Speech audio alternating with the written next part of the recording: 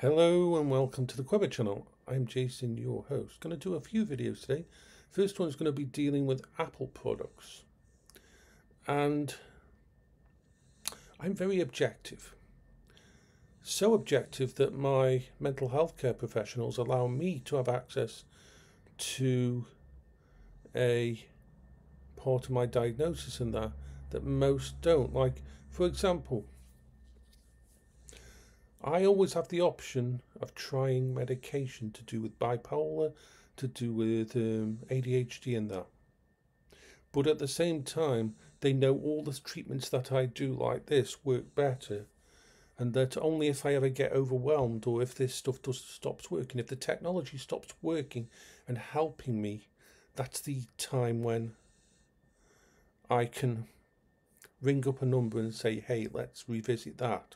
Or I also have a number for a crisis line, and I can ring that number, and the end point of that is I can get myself signed into a hospital to stay to PICU, a psychiatric intensive care unit, because they know how objective I am, how I can look within myself and see what's going wrong and whether or not I can cope myself.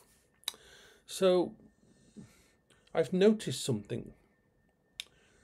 I am less stressed when using a Mac. I've got my wonderful big PC there. I've got my Steam Deck downstairs. I am finding myself less stressed using this MacBook Air. Everything on it that I use just works. From OBS, web pages, gaming, everything that I can do on here just works. I find that quite stunning, because I always notice when I turn on a PC, my brain front loads a little bit of stress for, okay, will a part of it fail? Will I need to update the drivers? Will the game that I'm going to run on it be okay? Will the mod pack that I set up or tweak in there, is my drives working well, or are they going to cause me issues? Is this all these little tweaks and things that go on in my head, little things that I'm used to dealing with on a PC? I don't find them on a Mac. Yes, I miss the open-ended thing, but there is things you can do with a Mac that can open things up. But I'm finding myself enjoying, that's a good term, enjoying using a Mac. So when it comes to the end of this year, when I do the redo of the technology in the house, and let's do the disclaimer here. Yes, I'm on disability. Yes, I'm on benefits. And 99% of the time, the only way I can buy new stuff for the house when it comes to my technology stuff is to sell something else in the house. Some old tech that I aren't using, something that I put aside, and that's usual. This is different. At the end of the year, I will be taking out what's called a lifetime mortgage. A mortgage I don't have to pay back. I have no relatives that I want to pass on this house to. I have no need to save it as a legacy once I'm gone. And so it's a no-brainer for me to have this thingy, which will bring in not a lot amount of money, because my house is not worth a massive amount. And you can only get, at my age, when you hit a certain age, 20 or 21% of the value of the house. And basically, you choose. You can pay interest, you can keep it stable so you can have more money later, and that's a different thing. But this will give me a sizable chunk thingy. I've already contacted the DWP. I've already contacted Universal Credit. I've explained to them that this money is going to be used. It's going to go into my bank on a Monday, and it will be used to pay off debts, and I will have documentation for the debts that I'm paying off, and it will be used to pay for an amount I can save, I can keep in savings as savings, and the rest will be used for disability aids. And remember, all of this technology is disability aids. It's all documented that all this helps me things. So it won't affect my benefits because it will go into my account and go straight back out. There will be, and I will be sending, of course, a copy of my statements and everything to the DWP when it happens to let them know I have nothing to hide. So this is just the way it works. If you have a loan or something like that, you can do this. So that's where the money's coming from. Just to the haters that think I've got millions or some bloody thing, or that I some other way of getting money. So the situation is very simple. When that happens, I was going to be putting together a wonderful, either a Threadripper or an Epic or a Xeon server, and all these things that would have been positive for my brain, would have made me go, yay, awesome, technology, shiny, and helped me with my therapy in that, and also helped me set up the things I want for the house. But the more I use this MacBook Air, the more I realise something very important. First of all, this MacBook Air, later in the year, is going to replace my NAS and my server. It will literally go in a corner. It's already got 3 4 terabyte SSDs plugged into it. So what I'll probably do is I'll buy a couple of 24 terabyte external Thunderbolt drives, mechanical Thunderbolt 3. One will be plugged in, one will be kept safe, and I will use that as a storage. And every month I will swap them out and swap the other one in, and so I've always got a backup. And that will be mine. This thing is already doing Plex. Plex has been running on this since the day I had it. It runs fine. I watch Scrubs and everything using this. I no longer have my Unraid server turned on. It's sitting downstairs, turned off. This is the server for the house. So these test months. I'm going to do some more evolution of it. Test a few LLMs running in the background, AI stuff and things like that over the next few months. But I think this model, this one I've got, which is is really the base model. Remember, this was free. This doesn't have 24 gigabytes VRAM. I mean unified memory, and it's only got 512 gig internal, and it's only got 10 cores. I think 1010.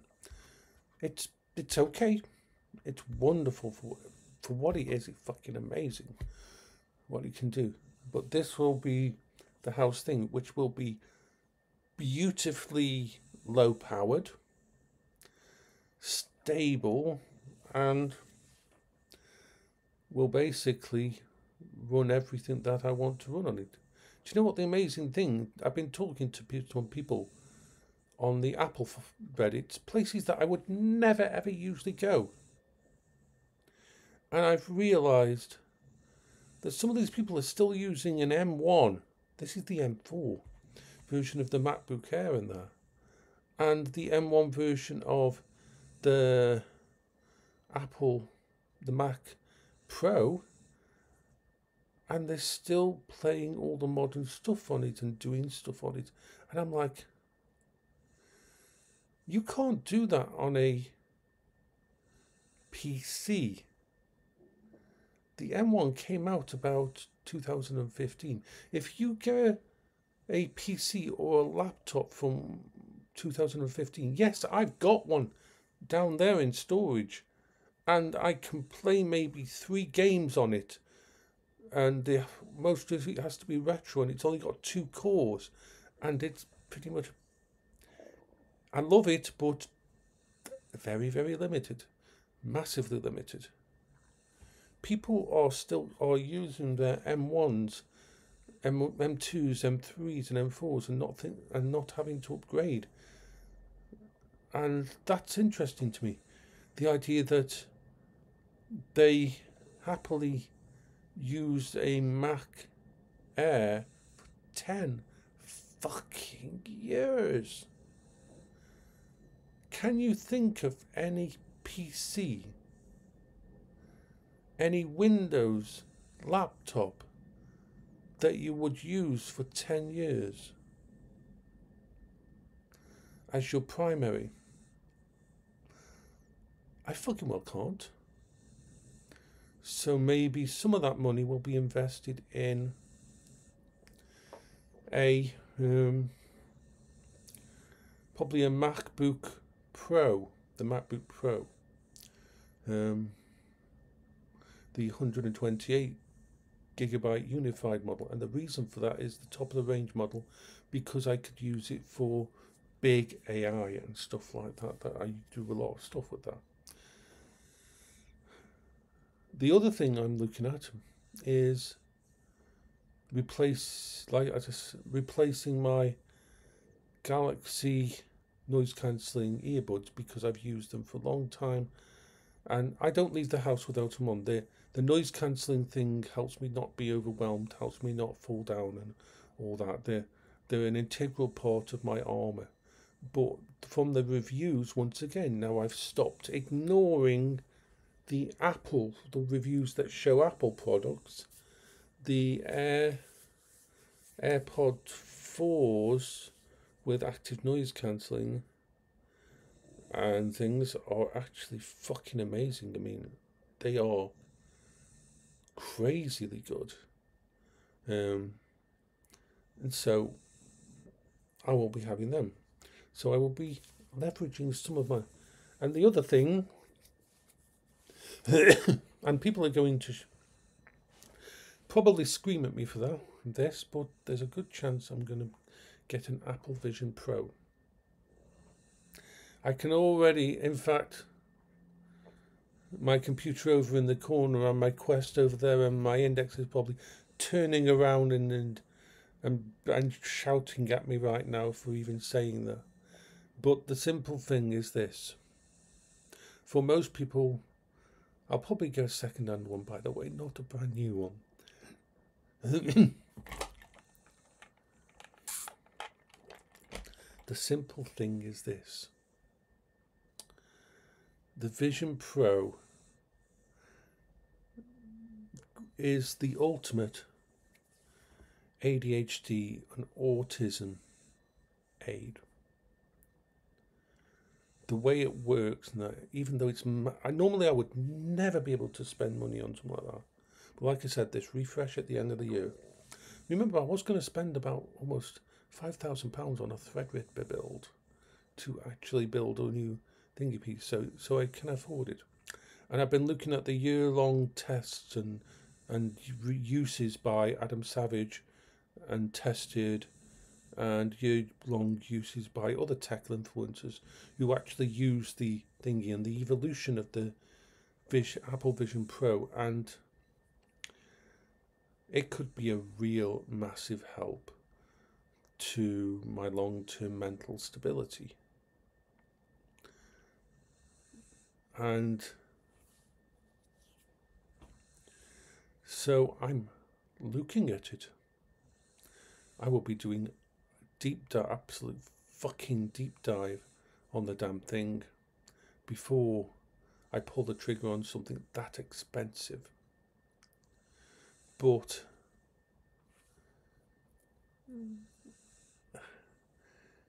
if I could pair that with a MacBook Pro and some of the things that you can do on the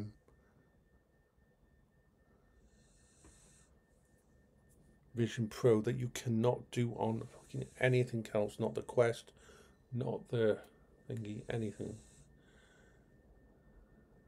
is absolutely crazy. For most people, it would be that's the price of a car. That I could get myself a car, a nice car. My friend Brit's car costs less than that. A lot less than that. And yes, I know it's crazy. I know it's absolutely crazy.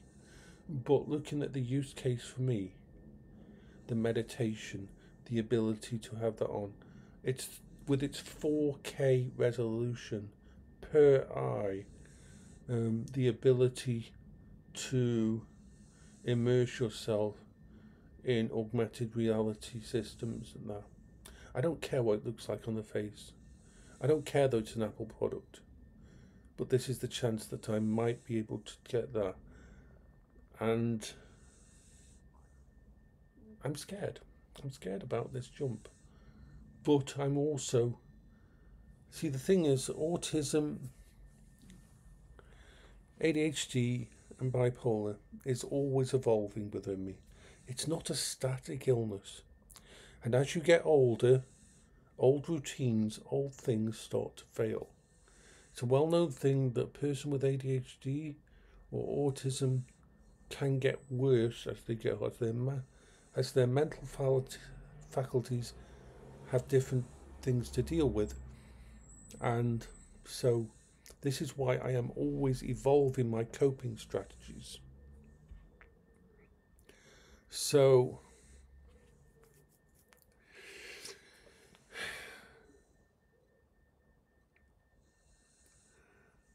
that's the big Apple news and that. And I will say this. Remember, I've been a lifelong Android user, a lifelong PC user. I love Linux, I love gaming, I love everything like that. Imagine how good the MacBook Air has to be. And I'm not just talking the M4. For me to never say I will never again buy a Windows laptop.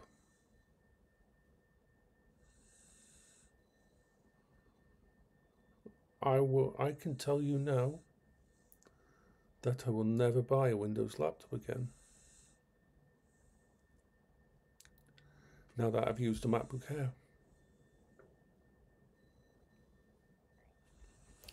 And that is scary. So, yeah. I hope you're all having a wonderful day. Take care of yourself. Oh yeah, just wanted to point out, the reason that I can get that mortgage thing, that forever mortgage and that, is simply because that money will not be classed as earnings. It's not classed as even as capital gain. It's not even classed as anything that affects thingy because it will be going straight in my banker, and it isn't classed as earnings avoidance. It isn't classed as any kind of fraud or anything like that, because the money is going to go into my account and is going to be used to pay for things that actually are a part of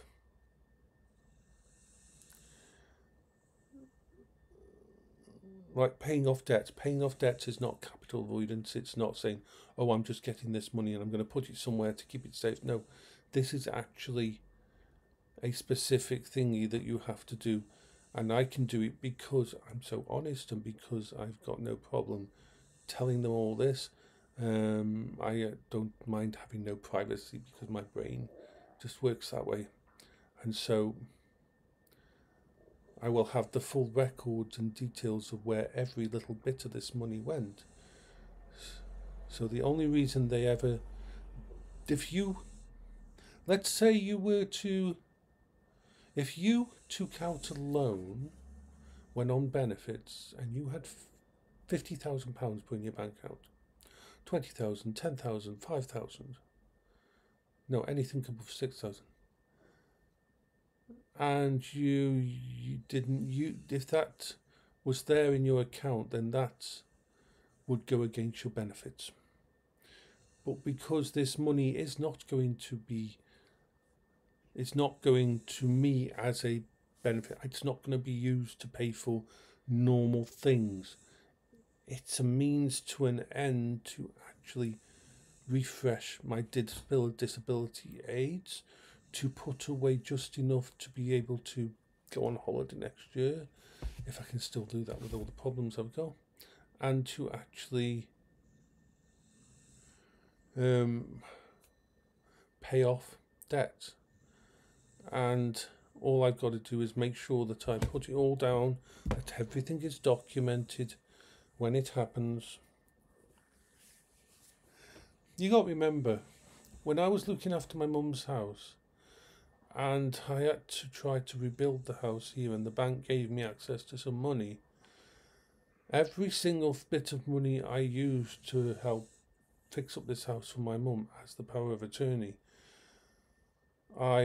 before we went into my account, I rang the bank and let them know, then I rang DWP and let them know, so that everybody knew that there's this amount of money going in my bank, but it's not for me, it's to fix the fence in the backyard, it's to have the electrical system in the house redone.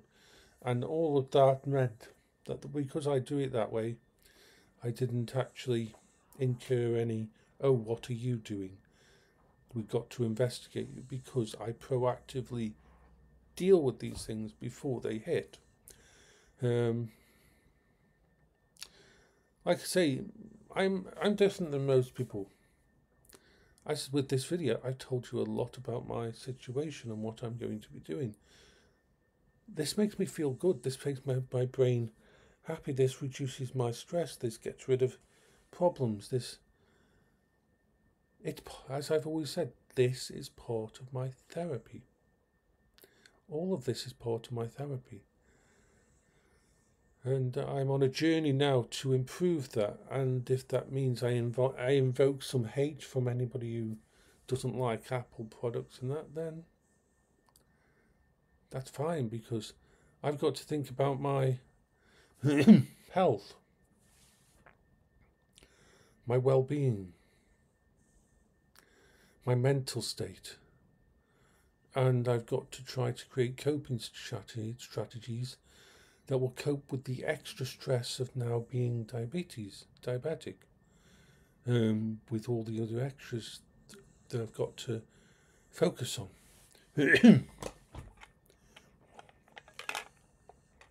So yeah, now you know what's coming, what I'm planning, and what crazy shit I'm going to. I can't believe I'm even considering. Part of my brain is screaming at me even now about thinking about the Vision Pro.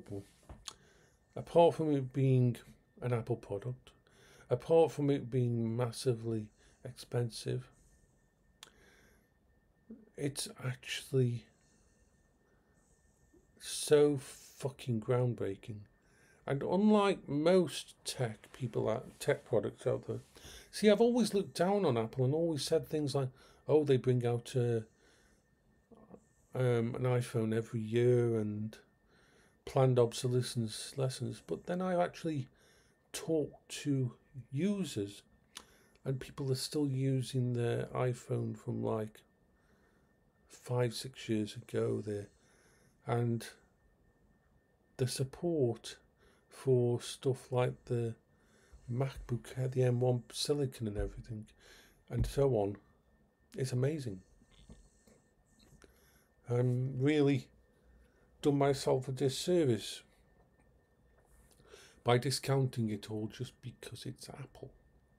I still don't like their practices. I still don't like their closed garden approach. But I prefer it to Windows approach. The paradox is Windows is trying to be more like Apple, but they're failing because the design implementation is so bad. I still don't like Windows 11.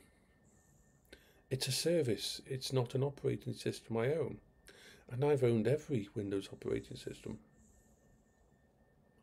I like owning operating systems.